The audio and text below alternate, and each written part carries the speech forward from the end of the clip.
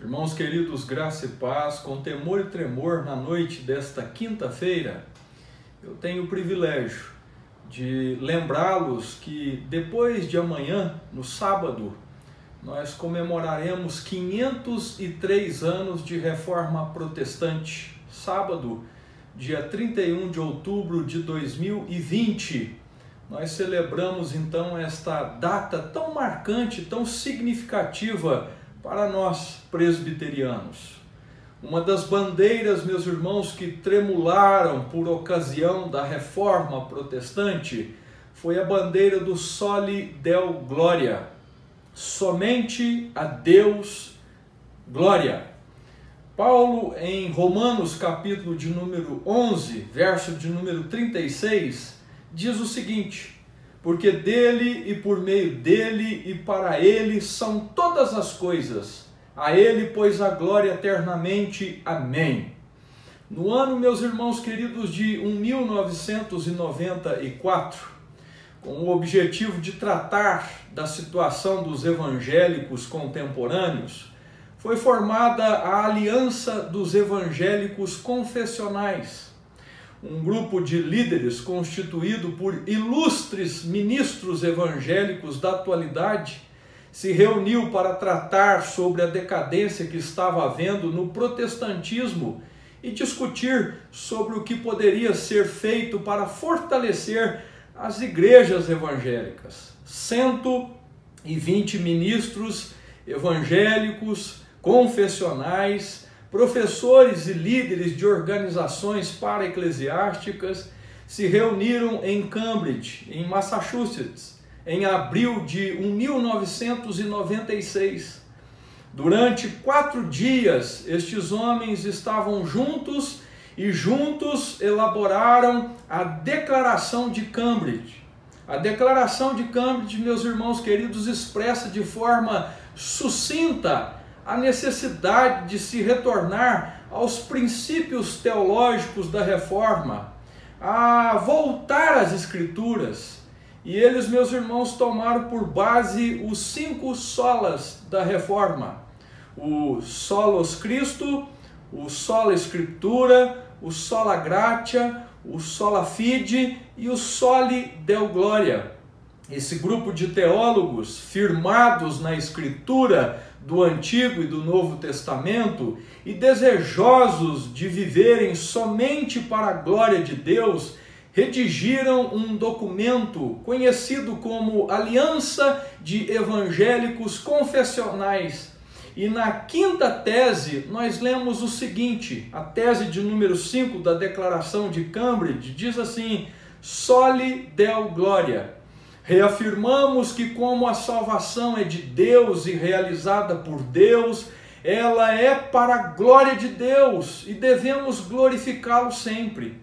Devemos viver nossa vida inteira perante a face de Deus, sob a autoridade de Deus e para a sua glória somente. O documento de Cambridge também diz: negamos que possamos apropriadamente glorificar a Deus se nosso culto for confundido com entretenimento, se negligenciarmos ou a lei ou o evangelho em nossa pregação, ou se permitirmos que o afeiçoamento próprio, a autoestima, a autorrealização se tornem opções alternativas ao evangelho. Este comitê de pastores, esta aliança confessional, também foi além. Os irmãos disseram que aonde quer que na igreja se tenha perdido a autoridade da Bíblia, onde Cristo tenha sido colocado de lado, o evangelho tenha sido distorcido ou a fé pervertida, sempre foi por uma mesma razão, diz os nossos irmãos na fé: nossos interesses substituíram os de Deus e nós estamos fazendo o trabalho de Deus a nosso modo. Perdemos, meus irmãos, o princípio regulador do culto, que é as Escrituras. A perda da centralidade de Deus, diz os autores de Cambridge, na vida da igreja de hoje é comum e lamentável. E essa perda, afirmam os nossos irmãos, é que nos permite transformar o culto em entretenimento, a pregação do Evangelho em marketing, o crer em técnica, o ser bom e em sentir-nos bem, é a fidelidade em ser bem-sucedido nesta vida. Como resultado, meus irmãos, Deus, Cristo e a própria Escritura vem significando muito pouco para nós e tem um peso irrelevante sobre nós. Deus, igreja, não existe para satisfazer as ambições humanas, os desejos, os apetites de consumo da cristandade ou os nossos interesses espirituais particulares. Não podemos fazer da Escritura uma caixa de promessas, não podemos fazer do Deus da Escritura o nosso vassalo, o nosso servo. Precisamos nos focalizar em Deus, em nossa adoração e não em satisfazer nossas próprias necessidades. Deus é soberano no culto, não nós. Nossa preocupação precisa estar no reino de Deus, não em nossos próprios impérios, popularidade ou êxito. Só lhe deu glória, conserta isto. Somente a Deus a glória. Os reformadores, meus irmãos, pela graça de Deus, entenderam que o homem medieval tinha em sua mente um medo e um pavor da morte, tendo em vista a não garantia de uma vida eterna num suposto paraíso.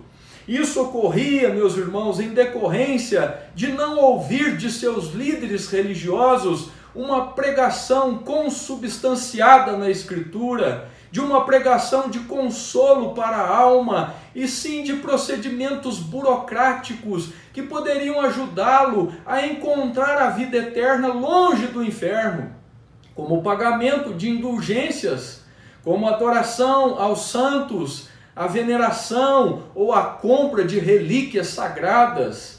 Não existia um ensino bíblico para todos, pois a interpretação correta das Escrituras nestes tempos dependia do clero, dependia da igreja institucional, que poderia ser considerada como a verdadeira glória daquela religiosidade. A tradução da Bíblia em sua própria língua era considerada uma verdadeira heresia, um insulto que poderia levar até mesmo à excomunhão ou à morte. O que a reforma trouxe de benefício para nós? O que mudou com a reforma protestante do século XVI? Meus irmãos queridos, o que foi a reforma? Lembrem-se, meus irmãos, igreja reformada, sempre se reformando, isso não significa sempre inovando, mas sempre olhando para as Escrituras, para manter o seu rumo. A reforma protestante não foi um evento isolado que aconteceu repentinamente. Antes mesmo de Lutero, houve a morte de John Huss e de John Wycliffe, ambos católicos que experimentaram uma leitura livre da influência romana e pregaram a salvação somente pela fé e a centralidade em Deus, os famosos precursores dos reformadores. John Huss, por exemplo, foi queimado vivo em 6 de julho de 1415. O reformador tcheco John Huss foi levado à fogueira por criticar o poder terreno da igreja em prol da justiça social. E diante do concílio de Constança, ele recusou-se veementemente a renegar sua doutrina e o soli deu glória. Ao morrer, John Huss disse: "Vocês matam um pato, mas Deus levantará um cisne." Este cisne, meus irmãos, da Reforma, surge um século depois. Em 1517, um monge agostiniano chamado Martinho Lutero. Por isso, quando Lutero, depois de um longo processo, compreende a justificação pela fé somente, sendo ele liberto da culpa e da centralização dos méritos no homem, para a aquisição da fé, totalmente doada por Deus, independente daquilo que ele viesse a fazer. Podemos dizer, meus irmãos, sem medo de errar, que a reforma protestante foi um movimento que retirou a luz da capacidade falida do homem e o fez se dirigir à verdadeira luz, à cruz de Cristo, que morreu por nossos pecados e pelo qual a nossa vida deve refletir o seu caráter e a sua honra. A reforma do século XVI trouxe de volta o princípio bíblico de soli deo gloria, somente a Deus glória, nada de inovação, mas reforma. O que é glorificar a Deus? Utilizando as palavras de John Piper e do Dr. Sproul, a glória de Deus é a santidade de Deus colocada em exposição, isto é, o valor infinito de Deus manifestado. Perceba como Isaías, capítulo 6, verso de número 3, muda de santo para glória. Isaías diz, e clamavam uns para os outros, dizendo, santo, santo, santo é o Senhor dos exércitos. Toda a terra está cheia da sua glória.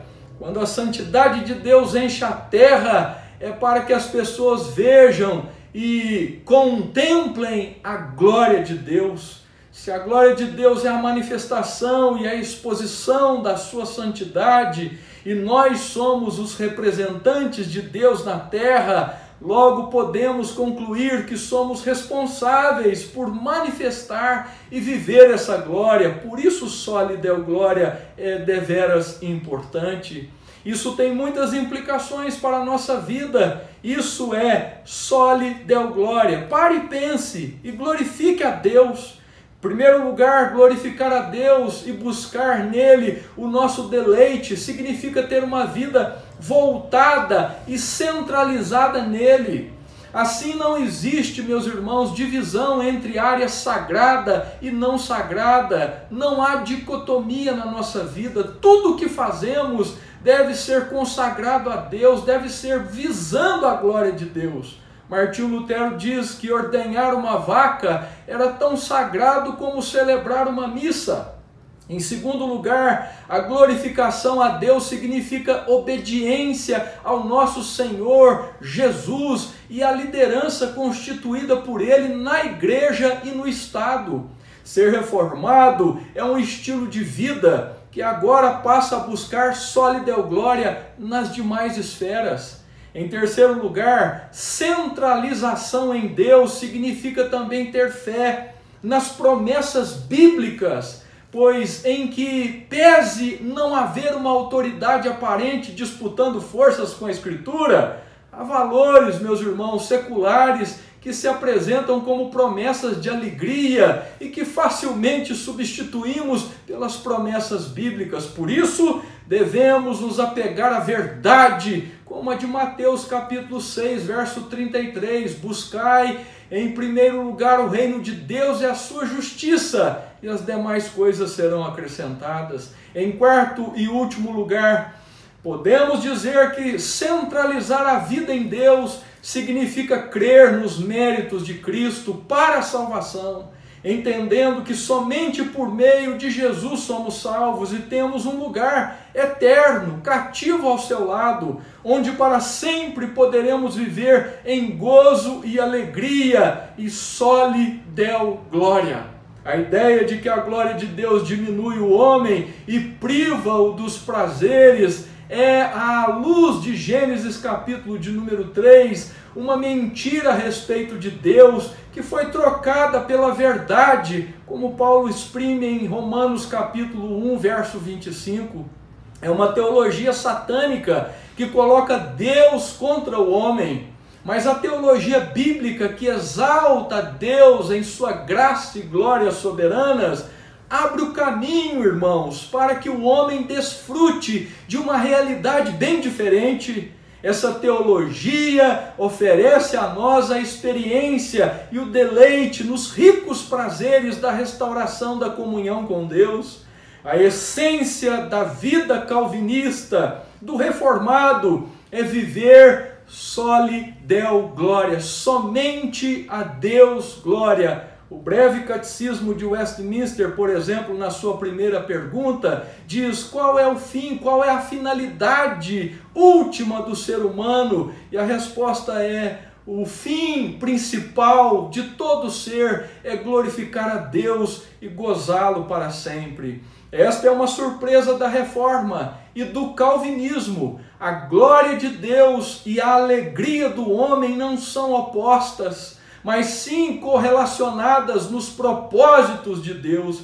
Vivamos, IPT, para a glória somente de Deus. Que Deus te abençoe hoje e sempre. Amém.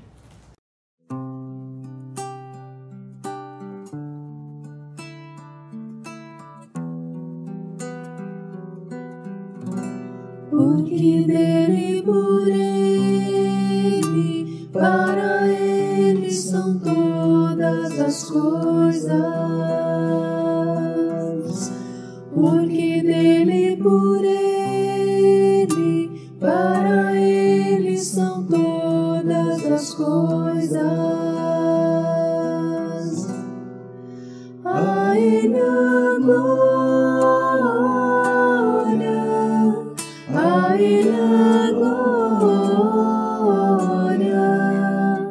a ele a glória, para sempre. Amém. A ele a glória, a ele a glória, a ele a glória, para sempre. Amém. Quão profundas riquezas o saber e o conhecer de Deus, quão insondáveis seus juízos e seus caminhos, quão profundas riquezas o saber e o conhecer de Deus, quão insondáveis seus juízos e seus caminhos. A ele a glória, a ele a glória, a ele a glória, para sempre. Amém. A ele a glória, a ele a glória, a ele a glória, para sempre. Amém.